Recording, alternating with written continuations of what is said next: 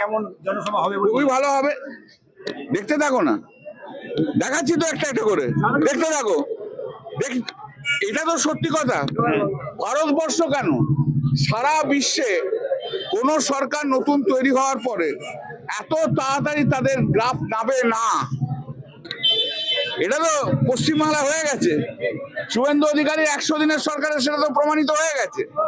শুভেন্দু অধিকারী কতটা ব্যর্থ 100 দিনে বোঝা গেছে। তো শুভেন্দু অধিকারীকে মানুষ পছন্দ করছে না, সেটা তো বোঝা গেছে।